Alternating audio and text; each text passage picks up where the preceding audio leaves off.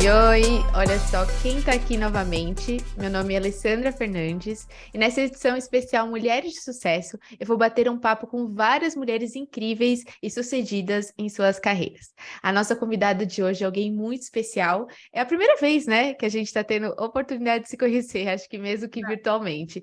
A Esther iniciou sua carreira em RH para empresas de tecnologia em 2009. Atualmente é Human Resource Business Partner na British Telecom, em Dallas, nos Estados Unidos. No seu dia a dia, a Esther trabalha com RHs do mundo todo e sabe exatamente o que o mercado precisa e está procurando em um profissional de tecnologia. Seja muito bem-vinda, Esther. Obrigada, Lê, pelo convite. É um prazer estar aqui de novo com a HackOne, com todo mundo aí que tem trabalhado junto com você e com o Lucas. Muita alegria estar aqui com vocês hoje. Ah, o prazer é nosso, Esther. Obrigada mesmo. A gente está se conhecendo agora, né? Na verdade, a gente nunca teve. A gente se conhece, né? Somos amigas nas redes sociais, mas a gente nunca teve o prazer de se conhecer pessoalmente. Agora estamos nos conhecendo virtualmente. É verdade, já trocou alguns e-mails, algumas coisas nas redes sociais, que a gente acaba criando mesmo um vínculo, né? Eu Sim. admiro a Lê, conheci ela através do Lucas, que eu conheço há muitos anos. E aí, então, assim, é um prazer mesmo a gente ter esse primeiro bate-papo como olhando no rosto, né? Não só trocando mensagem. Sim, sim, eu também estou muito feliz e muito honrada mesmo por você ter aceitado esse convite. É muito especial para a gente, né? A Esther já fez outros trabalhos com a HackOne, em mentorias de carreira, e por isso é um nome tão pesado, né? E a gente falou, a Esther precisa estar nesse quadro, porque eu tenho certeza que vai agregar, né, e ajudar muitas pessoas, não só mulheres como homens. Sabe, Esther, que no nosso primeiro edição, né? A gente fez tanto, né? Falou tanto de mulheres, de carreira para mulheres, e muitos homens mandaram mensagens agradecendo, falando que se inspiraram. Então, assim, o podcast é voltado, né? Tem um objetivo que inspirar mulheres, mas obviamente você, homem que nos ouve, também é nosso convidado para estar aqui compartilhando, nos ajudando. Então, não esqueça de nos seguir, né, nas redes sociais e compartilhar, que isso nos ajuda bastante. Então, para começar, Esther, eu queria, né, que você contasse um pouquinho o que faz, né, uma pessoa que vamos até ler novamente aqui, porque esse cargo é muito chique. Human Resource Business Partner. Me conta um pouquinho, né, qual que é o que como eu posso dizer, ai meu Deus, até fugiu aqui. O Essa que, função. exato, a função. É. Então, o business partner, né, dentro do RH, o RH se divide entre várias áreas, né? Uma delas é as áreas de business partner, também no passado tinha um nome no Brasil especificamente como consultor de RH. Essa área é uma área que ela faz ela conecta, né? Ela faz ali um gancho entre o negócio, a área, o core do negócio, o que aquela empresa faz, com as áreas de RH, para fazer interpretar essa linguagem e criar essa conexão entre as diversas áreas. Então, hoje a empresa que eu trabalho nos últimos 11 anos é a British Telecom. Então, o meu trabalho é entender dentro das áreas que eu sou responsável o que está acontecendo lá dentro da área técnica e o que isso tem que transcrever dentro do RH. Então, vou te dar um exemplo. Se você tem uma necessidade, por exemplo, de uma área que precisa de fazer horas extras por algum motivo de um cliente específico, ou precisa fazer horas de sobreaviso por algo específico do cliente. Então, o que eu faço é análise dessa necessidade. Por que isso é requerido? Por que isso é importante para o negócio? Que cliente está impactado caso eu não faça isso? Quando eu olho quanto isso vai me custar, né, em termos do que vai na folha de pagamento, versus o quanto isso vai trazer de revenue para a empresa, quanto isso vai trazer de lucro para a empresa. Então, essa formação do business case, de entender a parte do negócio, e depois dizer, pessoal da folha de pagamento, já analisei, estou de acordo, pode implementar. Então, essa análise inicial de trabalhar junto com a gestão, com a diretoria da empresa, então é realmente criar ali uma partnership realmente com o negócio e traduzir para dentro do RH o que está acontecendo no negócio de uma forma aplicável e no caminho contrário também, entender o que está acontecendo dentro do RH e fazer com que o negócio consiga entender e traduzir isso para os colaboradores. E geralmente, essa função é geralmente em empresas maiores, né? Eu vejo que empresas maiores que sempre adotam esse tipo de cargo, né? Aí você me corrige se eu estiver Realmente errado. não, você está certíssima. Tem muitas empresas que menores que acabam tendo essa função, devido ao seu tamanho, ela acaba sendo compilada, né? Então você já faz ali a folha de pagamento, o benefício, e você já fala com o gestor. Mas, de forma geral, acaba se entregando um pouco a decisão das tomadas de decisão do negócio na mão da liderança 100%, não tendo tanto atuação de RH. O que pode ser bom e facilita, então são empresas menores, os processos são mais ágeis e mais rápidos, mas você acaba tendo um aumento de risco, né? Quando você tem a implementação daquilo sem fazer análise de risco do ponto de vista de legislação e de motivação e de fairness entre todo um grupo, você acaba tendo um pouco de risco, né? Então, as empresas maiores, elas querem garantir que os processos, eles estejam alinhados, não só seguindo a legislação do país que ela está, mas também seguindo as políticas da empresa e que seja algo consistente. Então, vou te dar um exemplo. Na minha atuação, hoje, meu foco principal é Estados Unidos e Canadá, mas eu trabalho para Américas. Então, quando alguém quer fazer alguma coisa para Estados Unidos, quer implementar um programa para Estados Unidos, e eu sei que essa área também está no Brasil, e eu sei que essa área também está na Colômbia, mas e o resto da região? Por que você só está aplicando isso para os Estados Unidos? Isso não é legislação, mas é a empresa olhar como um todo. Eu não quero que o meu colaborador lá na Colômbia diz, mas a pessoa dos Estados Unidos tem isso e eu não. Né? Então, poderia estar na mão desse decisor tomar, mas o RH tem essa visão de entender as diferentes nuances. E a minha função é falar com esse líder e desafiá-lo, de certa forma, essa é a decisão correta. E aí eu tenho também os meus pares nas outras regiões do mundo, em que a gente conversa, olha, a gente está pensando em implementar esse programa aqui em Américas, o programa é assim, assim, assim, assim, assim. Como funciona aí para a Ásia? Vocês também têm algo similar? Vocês já estão aplicando algo diferente? Como está isso na Inglaterra? Existe isso para vocês? Como está isso na Europa? E chegar a um alinhamento de a gente tem que fazer isso, na verdade, para o mundo inteiro, então você vai cascateando. Então, a sua visão de que essas funções de business partner estão nas empresas maiores, sim, faz sentido, apesar de empresas menores terem um pouco dessa função, mas elas juntas com outras atividades também. Nossa, então, fiquei bem curiosa, né? Principalmente de saber ali o que tem, né, de diferença, o que você já trouxe, né, do Brasil para os Estados Unidos, porque a gente sempre tem ali os Estados Unidos como referência, né? E aí, hoje você trabalha aí em Dallas e com certeza você consegue sentir a diferença do Brasil e para os Estados Unidos, né? Tem alguma coisa assim que você já pode contar que aconteceu de você implementar, que você viu e falou, olha, do Brasil eu trouxe para os Estados Unidos, né? Não dos Estados Unidos, porque a gente traz muita coisa dos Estados Unidos, mas o que você já implementou, viu de diferente ali do Brasil, que você falou, isso seria legal se eu implementasse aqui nos Estados Unidos? Ale, eu percebo que muito do que a gente tem no Brasil, né, que quando a gente compara com os Estados Unidos, eu estou aqui há 5 anos, né, o meu foco principal é Estados Unidos e Canadá, e antes disso, os outros 7 anos que eu estive na BT, eu estive baseada em São Paulo, mas trabalhando para o RH de toda a América Latina, né? Então, começava lá do Uruguai e até em cima, até os países lá, pequenas ilhas do Caribe, México. Então, eram mais de 22 países que eu era responsável. E aí, mudando para a América do Norte, eu fiquei Estados Unidos e Canadá. O que eu percebo, assim, que é principal, que eu tento incluir, é esse toque um pouco mais pessoal, ao invés de tanto processual, né?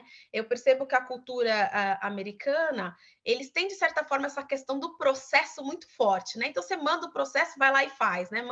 Eles perguntam, assim, qual que é o template para fazer isso, né? E perde um pouco esse contato. Então, logicamente que dentro do meu trabalho, eu tenho templates, eu tenho formulários, eu tenho processos que eles precisam seguir, mas eu sempre gosto de dizer, olha, eu quero entender mais brasileirar.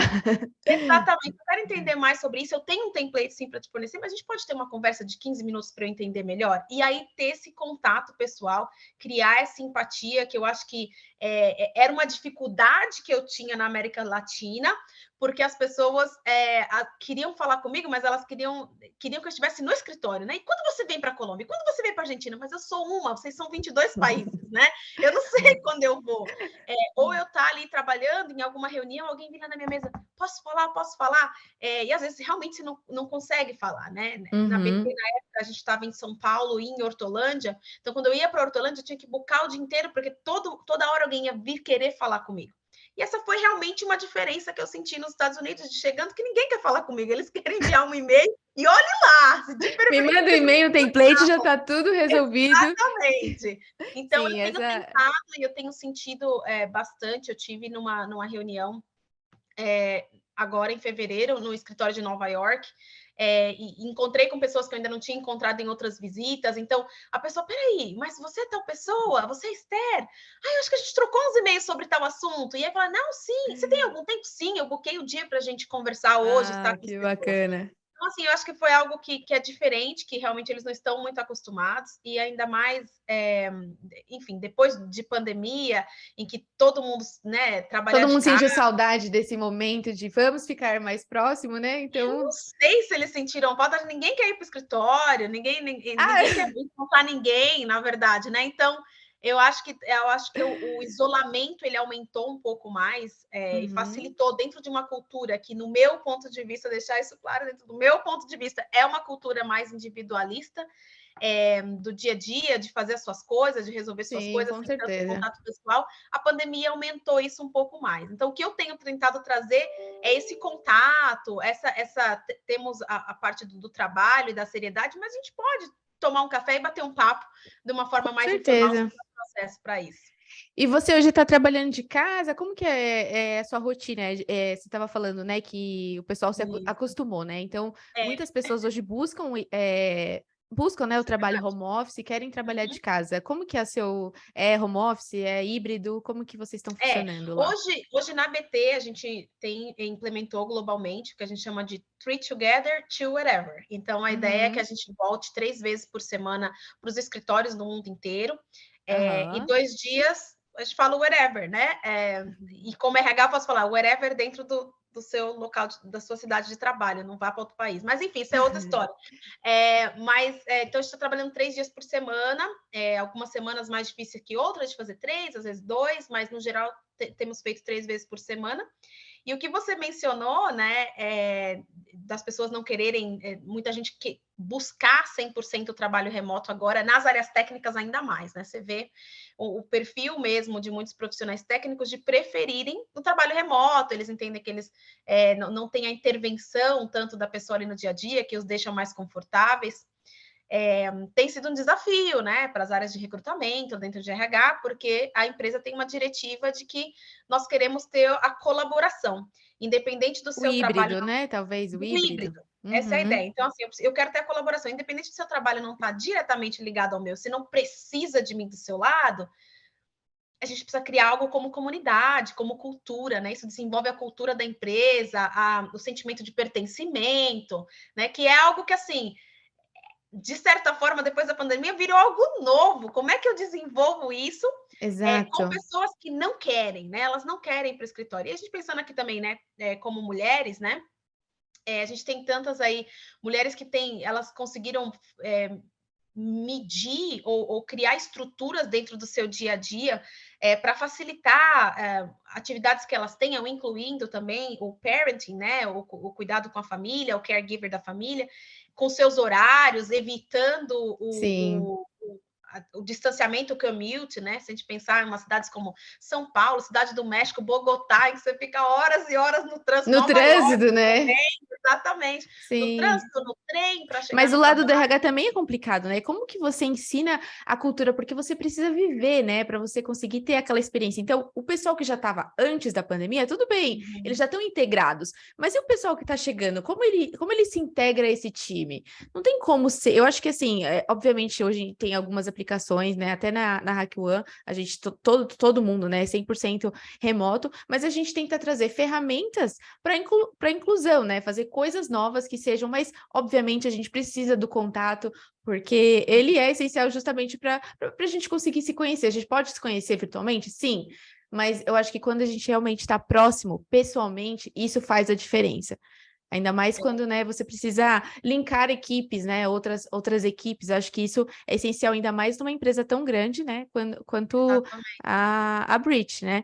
E aí, fazendo esse gancho, né, da dificuldade que está tendo para encontrar, para desenvolver, o que você vê hoje que o profissional ele está sendo, ele consegue uma oportunidade melhor porque ele tem certas habilidades, ou quando você está desenvolvendo algum profissional, o que você acha que tem se destacado um profissional de tecnologia? Legal, Ale. Olha, o que eu percebo muito, assim, no meu dia a dia, com as pessoas que eu tenho mentorado, que a gente tem contratado, hoje o principal, quando a gente pensa numa pessoa de tecnologia, é o principal, o inglês é importantíssimo e o conhecimento técnico. Então, se você não tem tanto do inglês, ele vai, de certa forma, pelo menos o inglês técnico vai ser necessário. Uhum. Mas o conhecimento técnico e certificações dentro da área de tecnologia, eles são primordiais. É o seu primeiro passo, é a sua porta de entrada, quando você bate lá na porta e fala, isso estou falando para você, a minha visão é a nível Américas, né? Que é onde eu atuo. Então, Sim, você bate lá na porta e você diz, olha, eu tenho essa certificação e eu consigo me comunicar em inglês. Isso é já abriu a extremamente porta, né? porta, você entra, agarra essa oportunidade, começa a desenvolver experiência, e depois que você tem o conhecimento técnico prático e a certificação, depois você começa a correr atrás de outras coisas. Então, para a gente é muito difícil como RH quando você olha uma pessoa que você fala assim, poxa, essa pessoa já fez 2 faculdades, tem uma pós-graduação, E mas às ela vezes não não é tão tem essencial, né? Porque às vezes a pessoa foca exatamente. tanto nisso e ele foca, eu fiz a faculdade, sei lá, em XY, que é super renomada, super Uhum, conhecida. Tá, mas você vê, né, como uma visão de RH que a certificação ela acaba sobressaindo até mesmo do nome da instituição, né? Não que não seja importante, exatamente, obviamente, é super exatamente. importante, abre portas, mas eu vejo que essa mudança existe, né? Que hoje em dia as empresas olham mais o tipo de certificação que a pessoa Uhum, tem do que o nome da instituição que ela se formou, que ela fez, né? Sei exatamente. lá. O mercado está cada vez mais rápido, né? Então, você Uhum, pensar que você tem que esperar uma pessoa terminar a faculdade para ela ganhar algum tipo de conhecimento, e a gente pensando em Brasil, a gente é até muito comum, né? No Brasil, você estuda e trabalha ao mesmo tempo. Mas outros países na Europa, nos Estados Unidos, não, você só vai trabalhar depois da universidade. Então, essas exato. pessoas vindo nesse entry-level com zero conhecimento é muito difícil. O que eu vejo aqui nos Estados Unidos, por exemplo, existem cursos não é tecnólogo, seria o nosso curso técnico, né? E o pessoal vai fazer esse curso, eles começam a trabalhar nas áreas técnicas de tecnologia muitíssimo mais rápido do que quem está fazendo university, está fazendo college. Então, assim, porque eles já chegam com uma bagagem e já começam a operar, já começam a trabalhar e se desenvolver. Então, Uhum. assim, eu acho que o mercado como um todo, hoje, ele tem pedido isso, e no momento em que você já está dentro da empresa, você vai começar a sentir, bom, para eu crescer, o meu próximo passo e pensar nesse próximo passo, o que, que você tem que tomar. Então, eu digo sempre, para quando as pessoas vêm me perguntar, estou pensando em fazer essa pós-graduação, estou pensando em fazer esse MBA, o que, que você acha? Você já está a um pé de se tornar um gestor de área? Se não, não é o momento. Se desenvolva na parte técnica, consiga certificações, tenha certificações renomadas, no nosso caso, aqui na Hack One, certificações Cisco, certificações de segurança. Foca nessas certificações, é isso que vai te dar o diferencial. Hoje, principalmente no mercado Brasil, todo mundo está fazendo a faculdade, termina a faculdade, faz a pós-graduação ou MBA. Então, isso não é mais o diferencial hoje. As certificações que elas são globalmente reconhecidas, elas são realmente o que vai levar um profissional a chegar muito mais rápido e alavancar a carreira de forma mais rápida também. Legal. E quando a gente vê assim, né, Estados Unidos, acho que todo mundo tem aquele sonho americano, ou pelo menos muitas pessoas sonham, né, em trabalhar fora. Você alcançou isso, e alcançou de uma maneira muito bacana, né? E todo mundo que te conhece sabe desse poderzão, que a Esther tem fora e já conquistou aqui no Brasil também. O que que o profissional precisa? Quando você vai, sei lá, vai contratar, não você, né, especificamente contratar um Uhum. brasileiro, mas o que que esse profissional tem de diferente, o que que o brasileiro tem de diferencial nesse mercado que é muito bacana quando ele vai para fora e que ele pode usar como numa entrevista como algo a mais que ele pode apresentar ali para quem está fazendo a entrevista com ele e que você acha que agrega, né, como um entrevistador. Se você fosse, Legal. né, tivesse o poder ali da contratação, obviamente você tem mais o desenvolvimento, mas o que você reconhece disso, assim? Sim, sim. Eu acho que, de forma geral, a disponibilidade, a flexibilidade que o brasileiro apresenta, né, de muitas vezes não focar só naquela caixinha, né? Ele se expande, ele olha fora da caixa, ele faz várias coisas ao mesmo tempo. Então, conseguir demonstrar isso numa entrevista coisas que você fez que não era necessariamente para a qual você foi contratado, mas você fez um projeto diferenciado, você atuou com outras áreas dentro da sua empresa que não era especificamente o seu foco, e chegaram a um objetivo comum. Então, eu acho que esse tipo de atuação que nós temos, essa flexibilização que nós temos como brasileiro, elas são super importantes. Outra coisa que eu vejo muito importante também, que eu percebo muito nos brasileiros, é essa fome de aprendizado, né? Então, eu estava falando que termina a faculdade, faz a faculdade, faz a pós-graduação, faz. Então, essa fome de aprendizado, quando você compara com um profissional de outras nacionalidades, você vê como destoa realmente, né? Então, a pessoa fez o college ou a universidade, né? O bachelor's, né? Fez o bacharelado, e pronto, acabou ali, né? Então, quando você compara com um profissional brasileiro, você vai ver que esse profissional ele fez certificações, ele fez o bachelor's, ele já fez o MBA, ele está fazendo um outro curso, ele está aprendendo outro idioma. Então, essa nossa fome, essa nossa gana de fazer as coisas acontecerem e de se educar e de ir atrás é super importante. Então, sempre me preocupa, e é uma coisa que eu trabalho comigo também, né? Que é a síndrome do vira-lata, a síndrome do impostor, de que em alguns momentos eu tenho que falar para mim mesma, eu falo assim, não, peraí, né? O que eu faço é importante, eu trago, I bring something to the table, né? O que eu estou trazendo é importante. Eu estou aqui nesse país, eu falo os 3 idiomas dessa região, que é Américas, né? Não só eu falo os 3 idiomas, eu falo, eu escrevo, eu leio, né? Vocês também, que é nossa convidada, vocês valorizem. Então, assim, acho que essas coisas são coisas que os brasileiros trazem e que a gente tem também por uma questão cultural, uma modéstia né, de a gente aprender desde pequeno, mas para de ser amostrado, que coisa feia, né? Ou se comparando com os americanos, né? Que é tipo, eles são melhores já em vários aspectos, então você já se rebaixa um pouco, quando na verdade a gente tem vários diferenciais e eles, né? Sim, e a gente pensar mesmo que quando a gente fala assim, você está se achando, né? Isso é feio. Não, nessa cultura, né? E digo da cultura americana, que é onde eu estou mais inserida, isso é importante. Isso é necessário, porque é assim que eles se enxergam. Quando você se diminui, se valorizam, né? Eles valorizam cada etapa. Ninguém vai olhar para você e falar assim, não, você está falando isso, mas na verdade não é falsa modéstia, você é isso, isso, isso. Não, eles se vendem, né? E não se vendem de uma forma, uma mentira, né? Vendem uma verdade, e a gente também tem que se vender, né? Quando você começa a dizer, mas eu tenho isso, eu fiz isso, eu trabalhei tantos anos, eu tenho essa experiência, esse é o nosso diferencial. A gente já tem isso inerente como brasileiros, em relação à cultura, em relação à nossa gana de aprender, de fazer, de correr atrás. A gente, o que precisa fazer mais e mais dentro dos processos seletivos para fora do Brasil é se vende, fala, não é feio. Tem orgulho do que você fez e continue fazendo. E fala mesmo, tem escrito tudo que você já fez, aquele prêmiozinho que seu chefe te mandou, o que o presidente da empresa mandou, parabenizando o projeto que você estava. Isso é o que você tem que destacar. Uau! Nossa, Esther, amei o que você falou.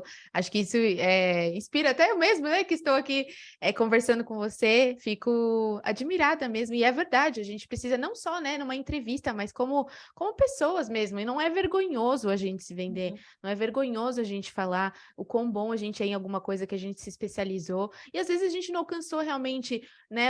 Quando a gente olha, a gente fala, a gente não alcançou realmente o melhor daquilo, mas a gente é bom, a gente pode, né? A gente consegue. E acho que também como mulher, a gente ainda, né, por ser mulher, ainda tem isso um pouco mais, né? E aí eu queria que você falasse um pouquinho disso, né? Como foi a Esther, e aí saindo um pouco do profissional, né? Mas como foi essa escolha para você? Eu quero focar minha carreira em tecnologia. Você está em tecnologia desde 2009. Então, posso dizer que há muito tempo você trabalha focada nessa área de tecnologia. Por que tecnologia nessa área que é tão masculina? O que te fez migrar um pouco mais, focar um pouco mais nessa área? Vou começar mencionando uma coisa que a gente estava falando sobre, né? Você falou, principalmente nós que somos mulheres, né? Essa questão de se empoderar e falar de si. Existem alguns estudos que comprovam que uma mulher, para ela se sentir apta para se aplicar para uma posição, ela precisa ter pelo menos 90% de tudo que está pedindo naquela descrição de cargo, assim, a gente se demanda bastante. E nesse comparativo entre mulheres e homens, o homem, se ele tiver 30%, 40%, ele está tranquilão, entendeu? Ele vai e se aplica. Uau, não Então, nós, sabia como de mulheres, a gente tem olha essa isso. necessidade de afirmação um pouco mais forte. Então, a motivação aqui para as meninas de você tem 60%, 65% do que a vaga está pedindo, se aplica. Se aplica. A gente tem que passar também. Se a pessoa pensar, eu acho que eu não tenho. Você tem. Então, E só para também deixar fica isso. uma coisa que nem eu sabia, né? Você não necessariamente para aplicar para uma vaga, você precisa ter todos aqueles requisitos, porque às vezes você deixa mesmo de aplicar, você fala, não, esse negocinho eu não tenho, então essa vaga não é para mim. Não sabia. Quando o gestor coloca tudo lá, ele está pedindo tudo, né? Ele Que é o Deus, ele quer o Deus. A expectativa dele é conseguir, eu sempre uso esse exemplo, o gol bolinha, mas ele pede uma Ferrari, entendeu? Ele pede tudo. Que o recrutador olha e fala assim para ele: não existe, você está pedindo. Não, vai que, né? Então, não se espera que alguém vai bater tudo. E geralmente, se a pessoa bate tudo, ou o salário da pessoa não é compatível com a vaga, ou a pessoa tem muito mais experiência do que a vaga está pedindo e a pessoa vai se frustrar. Então, assim, você está ali 65%, 70% do que a vaga está pedindo, talvez um pouco menos, colocar a cara a tapa, mostrar no que você já tem da vaga, você é muito bom, e o resto a gente vai aprendendo, a gente corre atrás, porque faz parte do nosso perfil. Então, a gente falou sobre as áreas de tecnologia, né? Eu comecei minha carreira. Bom, primeiro eu comecei a trabalhar com 15 anos. Vocês falando que a gente começa a trabalhar muito cedo, então eu comecei a trabalhar com 15 anos. E aí, com 17 anos, quando eu comecei a faculdade, eu falei, o que eu vou fazer? Aí eu tenho paixão por viagem, quem me conhece sabe, estou sempre por aí em algum lugar. E aí eu falei, vou fazer turismo, né? Que a minha ideia era que eu ia viver viajando. Gosto de E aí, viajar, faz todo sentido. só que eu tinha 17 anos, eu achei que eu ia poder viver desse dinheiro, né? E aí eu descobri que não, que o dinheiro não ia rolar. Meu pai é uma pessoa da área de telecomunicações também, a vida inteira. Meu pai sempre foi da área de tecnologia. Eu lembro eu pequena, assim, com 6 anos, eu ia com ele, às vezes, no final de semana, porque ele tinha que fazer alguma coisa que tinha dado problema, e eu ia com ele me deixava no computador, que não tinha nem Windows na época, já faz muito tempo. Então, a gente era no DOS, assim, tinha um joguinho no Mickey no DOS e tal. Então, assim, em casa, assim, a gente sempre teve algum computador, aquelas coisas colossal, porque meu pai sempre foi dessa área. Então, no momento em que eu resolvi que o turismo não ia me dar dinheiro e eu tinha que fazer outra coisa, eu acabei entrando na área de RH de uma forma meio inesperada, assim, o que me levou para a área de RH foram os skills de idiomas mesmo, em especial o espanhol, né? Encontrar um brasileiro que realmente fala espanhol fluente, não portunhol e tal, é um pouco mais complicado. Então, eu consegui essa oportunidade e acabei entrando no RH. E a empresa que eu entrei era uma empresa de tecnologia, era uma empresa americana de tecnologia que fazia serviços de outsourcing de RH. Então, o que eu comecei a perceber desde que eu entrei para essa empresa, e depois dessa passei por 3 diferentes outras dentro do mesmo segmento, em RH, mas para empresas de tecnologia, é o quanto a digitalização e a automação elas são importantes em qualquer área, né? Então, dentro do RH, a gente tem no dia a dia também, a gente tem que fazer como é que a gente desenvolve um app para o nosso colaborador entrar lá e buscar as férias. Ele não quer ter que entrar num sistema ou preencher um formulário Excel, né? Então, como é que eu faço essa digitalização, a experiência do colega, do colaborador, ele se tornar cada vez mais digitalizada e automatizada, né? Para mim, assim, eu vejo que não existe outra forma. A gente já está no mundo que o digital, o tecnológico é o futuro, né? Então, eu vejo que o lugar para se estar é onde está a tecnologia. Eu tenho a vantagem de já ter esses anos de experiência com RH para essas áreas.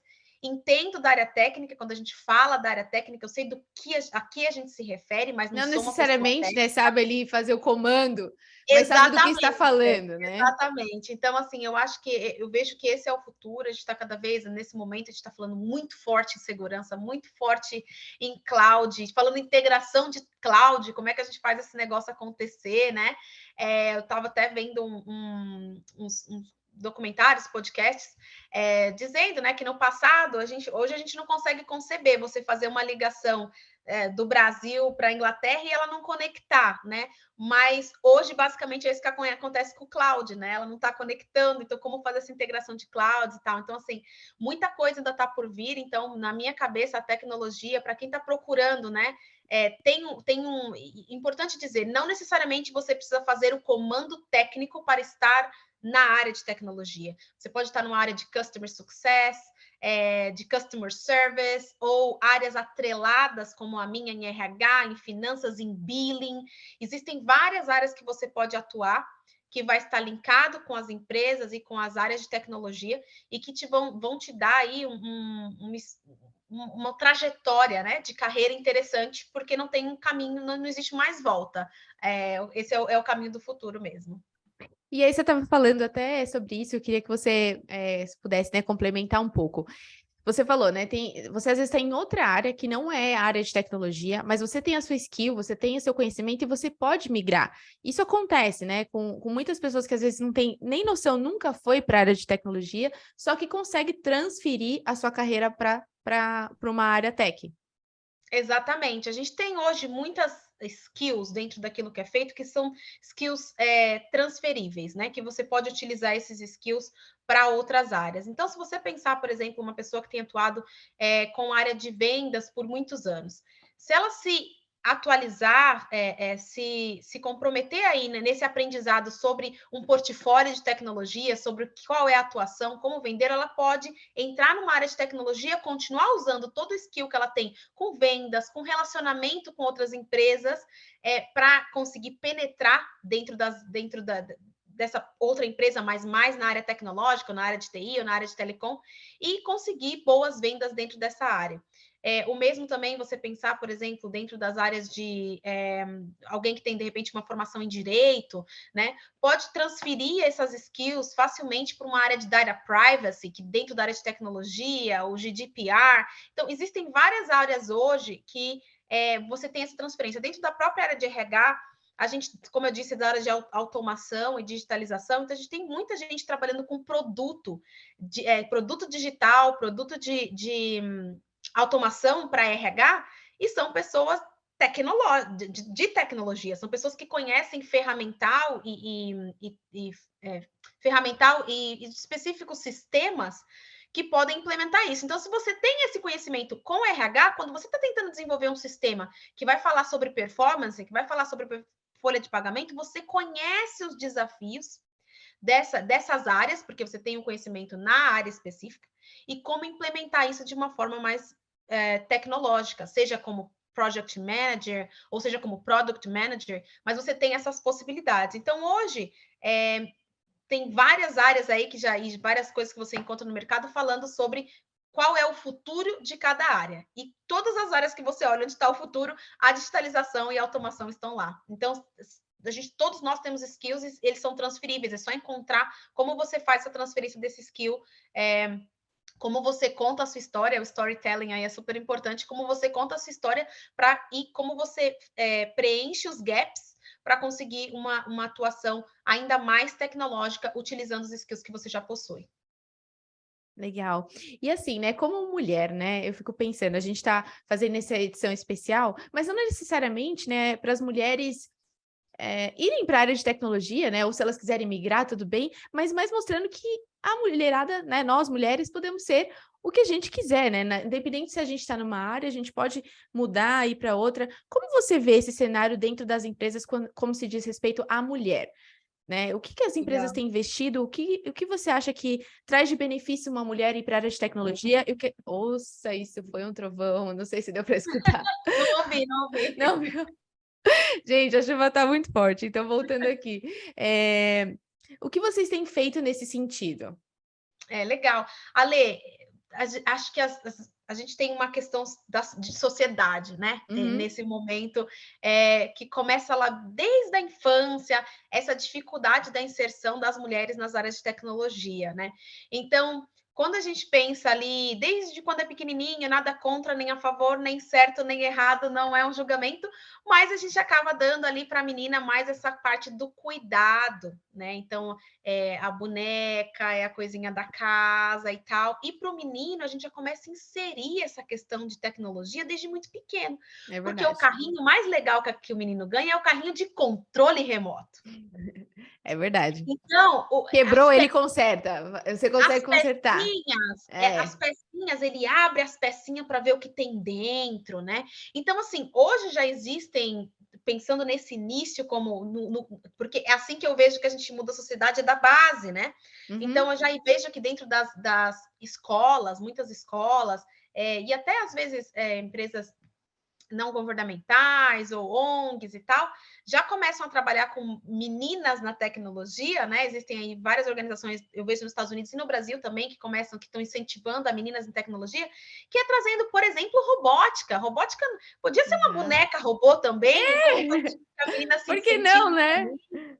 Então, trazer essas coisas que elas possam caminhar junto numa forma de construção de sociedade. Pensando nas empresas hoje, tá? Na empresa hoje,